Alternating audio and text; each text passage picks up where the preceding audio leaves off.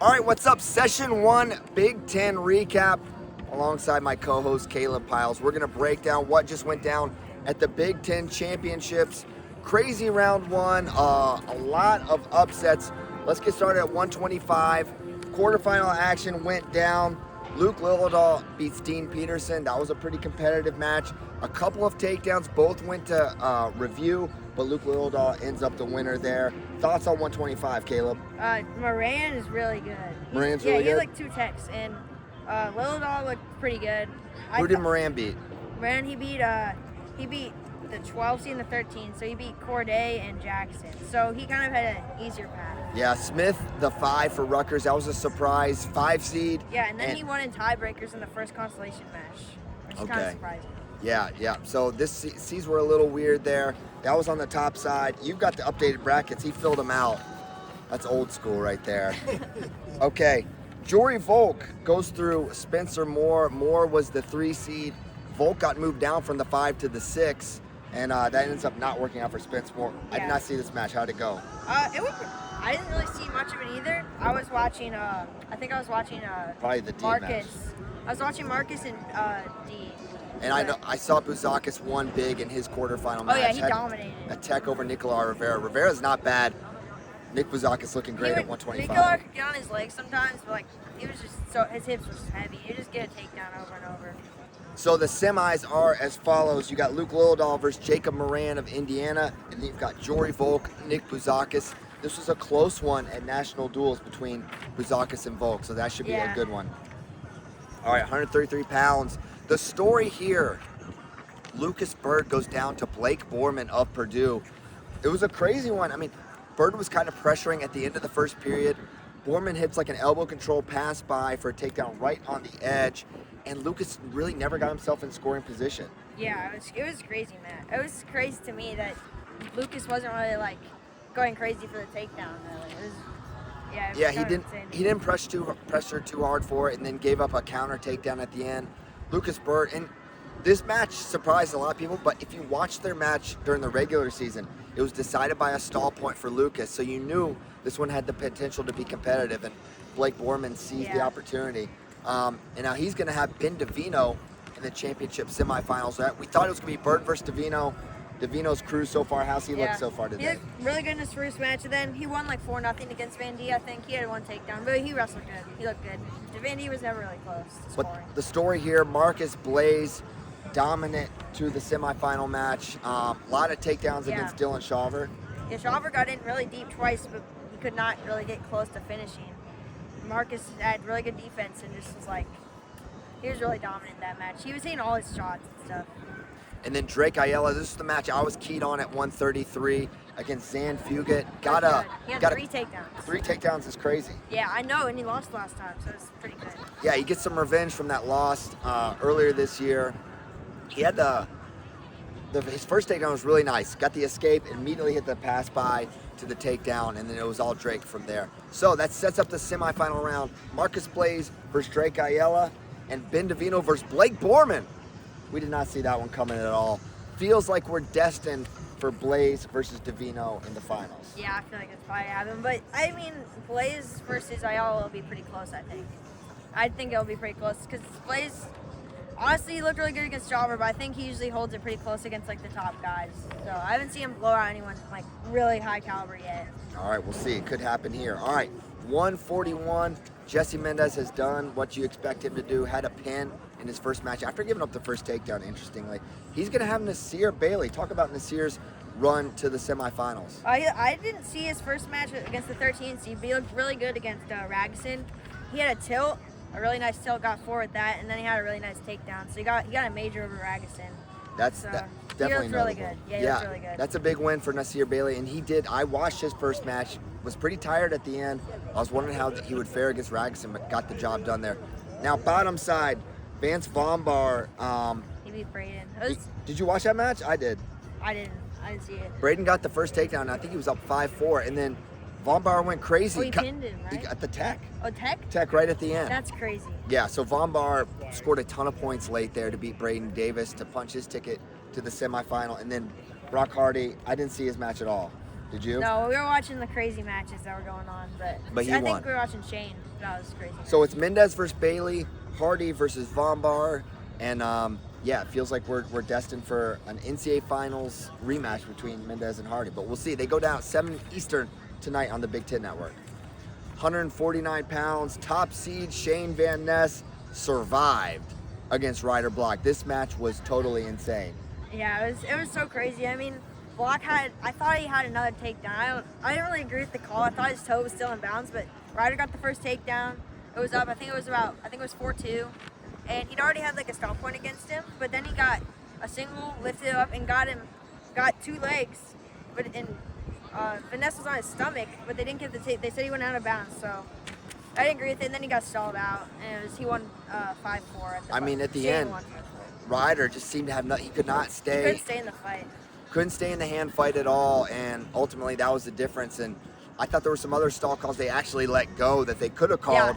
For sure. On Ryder. I was like, he's losing this. When he was getting hit he never got hit for stalling like when I thought he should have. But then he got hit when I really didn't think it was as much stalling. But he definitely should have lost that match on stalling for sure. So it was a 5-4 win for Shane Van Ness. 4 of his points were stall points. Yeah, because he got the 2-point stall at the end. Yes. He had escape and 4 stall points. Yeah, that's a crazy way to lose a match. And yeah, Ryder Block continued to look competitive against Shane, but yeah, he looked really good. Yeah. Lachlan McNeil beat Carter Young. That was a really close match. It was close. It was really close. Lachlan was on top, and he was up by like 2 or 1 or 2. It was close. One? All right, yeah, and he had riding time, I think, but then he was in a really weird position, but he was able to like hold on and get the ride out for the win. Yeah, it looked like Young was going to get away, couldn't get away. So it's Lachlan McNeil versus Shane Van Ness, and then we've got Joey Zargo versus Ethan Styles on that bottom side. Looted looked really good. Looted looks good? He looked really good. All right, Looted Nation. Zargo has not looked as good. He is barely winning. Lamer's tough, though. What was that match like? I think it was 9-6 final, but he was running for like a minute. He was running? Yeah. Oh, snap. Yo. It's fine, right? The wind knocked it down. Let's see. You stay right there. All right. Tracy Piles, can you hold this? Just hold it still. Are you gonna cut that All right. No, we'll leave it. Okay. We'll leave it in there. It's more authentic. Okay. It's windy here if you couldn't tell by our hair. Yeah. Okay. But yeah, Zargo had a really close match with Lamer. I mean, it was 9-6, so he got like a few takedowns, I think. But I know that. But I don't know. He was in his first match against the 14 seed Hitler. It was kind of close. Really? Yeah. So I didn't feel good about him. I think Styles is gonna win that one. Styles could beat Zargo. Yeah. Okay. He lost last time, but it was super close. Yeah, Zargo doesn't look as good as he did in the regular season, I think. All right, 157. Let's go. Flip it. Intrell Taylor versus Cam Catcherbone. That's that top half semi. How'd that one go? How did it go? Or how did we get there? I mean, Catcherbone kind of got a lucky draw because Anthony White lost round 1 to Marines. Michigan State did. It was crazy. But Catcherbone looked pretty good. Taylor, I think, got a major over Meckler, so pretty good. Yeah, pretty chalk there. I was paying attention to Duke Cannon. That was crazy. Duke Cannon happened. Quarterfinal match. We knew this one would be, it's one we wanted to see. Yeah. Cannon comes out. Got first takedown. That was nice. And then Duke had like 4, 5 takedowns. He got like a major. He won by like 12. Yeah. 19-7. Yeah. A bunch of go-behinds. Really, Cannon kept shooting. Yeah. He Duke, never really had like a super clean shot, but he just kept getting behind him. Yeah, a lot of go-behinds for PJ Duke. He looks awesome right now. Webster looked really good against Millard. I think he majored him. He got a lot of takedowns. He was wrestling well. Webster's really tough. I think Webster doesn't match up great against PJ to get the win, but just to hand fight, I think Webster's going to make this numerically a pretty close match. Mm-hmm. But Taylor Catcherbone, that's going to be a nail biter. That's going to be a crazy one. Yeah, I'm looking forward to that one.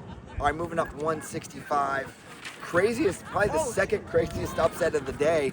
Joey Blaze goes down to Andrew Barbosa of Rutgers. Blaze, who I believe, to my knowledge, has not been taken down this year. Yeah. Did you see how he got it? The takedown at the end? Yeah. Well, we were watching. I did.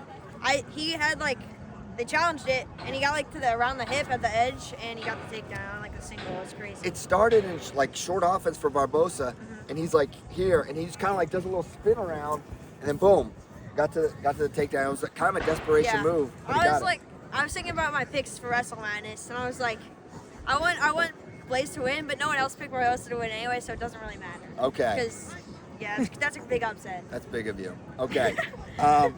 And then, so Caliendo's going to have Barbosa. Caliendo, he pretty well He looked cruised. pretty good. Yeah, he beat Skulls pretty bad, which I thought Skulls was is good. tough. Skulls is good. I thought that was gonna be a little closer. Yep. Sparks beat Araujo. That was crazy. Araujo looked pretty good in his first match. I thought so, He looked too. really good, actually. Yeah, Araujo's tough. That's a big win for Sparks. And then you're rewarded with Mitchell Messenbrink. Yeah, I mean he had a major over Gallagher, but he barely got it. It was like 10-2. Really? Yeah, and he wasn't getting the legs that well against Patty. So Yeah. at the end he was kind of scored, but he couldn't. It was actually pretty crazy. But I still think Mitchell's gonna win. But Yeah. All right, then we go to 174. Levi Haynes, your top seed. He's been cruising. Harchla beat Brockman. Bo, it's Bo. Or Bo, excuse me. It was crazy. It was a close match. All the Late takedown, right? Or overtime? Yeah, overtime, and Hartzell was limping a lot. Really? Yeah, they had like a break in the action. Hartzell was like hobbling, and then he got this really nice takedown. Yeah, that was a crazy match. So he has hands. He has Haynes. So that's a rematch. And then Kennedy versus Minto. This one went pretty well chalk Yeah. from the rankings perspective. Kennedy. He looked good. I think he majored Pinto. I was watching that one. Yes. He looked really good. He also looked really good in his first match. And then Minto, I honestly, that mat is really far away, so I could not really see super well what was going on, but he won. So Yeah. So expect a pretty competitive set of semis at 174. All right, let's get to 184. This is probably the most discussed match of the tournament so far. Angelo Ferrari versus Rocco Welsh. We pretty much knew this was going to happen. Talk us through what you saw in that match. Angelo he looked pretty good, and I mean, you could call no one got hit for stalling in a match where no one really did anything for in regulation. It was pretty crazy. Angelo was on his knees a lot, but he had good shots and he could not finish. Welsh looked pretty good, but I think Angelo wins that next time. I don't know.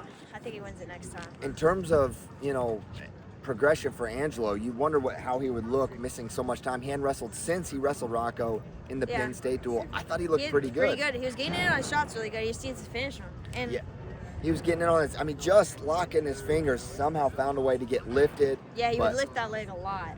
And then in tiebreakers, I thought that's where Angelo would thrive and get the win because that's where he beat Sinclair in tiebreakers. But right. Rocco was able to get out really quick, 9 seconds, kicked away, and then Angelo couldn't get out in time. Yeah, it was like 3 or 4 second differential in the tiebreakers. And tiebreakers is how he lost last time. So these two seem destined for tiebreaker matches. Then we've got Allred versus McAnally. Allred beating Fishback, probably the most notable result there. Yeah, it was a close one. It was really close. I can't remember if it went to overtime, but it was I think it did. It was really close though. Late takedown. Late takedown for sure by Allred. I was like, Fishback was getting the legs pretty good all match, but he couldn't finish, and then Allred got the takedown, so I think he won 4-1. All right, and then Max McAnally, I know he looked cruised in insane. his match. He looked really good. I actually think he's gonna win now. You do? Like the finals, yes. He didn't convince me earlier, but I think he's gonna win now after watching him. All right, he's a believer. Yeah. All right, 197, Josh Barr, he's cruising, doing his thing. He's got Luke Geog in his semifinal. Anything notable from those two matches? I mean, Barr looked insane. He was just cooking that guy. So I feel bad for him. But You did? Me, do I feel bad for him? You felt bad for him? The guy he's going against. So it's tough when you're at Penn State wrestling a guy like that. I mean, Gabe lost round 1, so is Branson John against Luke Geog. Geog looked solid. He had a few takedowns. And he landed pretty hard off the mat, and it looked like he might have been a little banged up. Okay. So Barr's probably going to win, but Geog looked solid.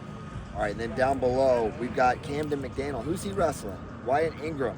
Ingram. It's Ingram. Ingram. There's no R. There's And no the R. announcer said that too, Ingram. I was like, and this is Ingram, but it looks like it would be Ingram. Yeah, it does. He beat Remy Cotton. And I didn't really watch that one because I was paying attention to Geog's match and stuff. But I mean, I think McDaniel's gonna win this one. Yeah, it looks like a Barr McDaniel final. All right, last weight, heavyweight, big boys. Cole Mirasola looks really good. He beat Braxton Yeah, Amos. he looked super good in his first match. Takedown, pin. And Gadali looks really good. He pinned Katka. That was a good match for Gadali. And then Feldman beat Luffman. Couple takedowns. Yeah. And then Ferrari looked solid against Keeter. He looked solid. He had a nice shot, takedown. And then he just kind of rode him for a while. Yeah. His hair's crazy. His hair's I think crazy. it's You like it? I think it's pretty tough. I think it's pretty Really? tough. Yeah, I think it's tough.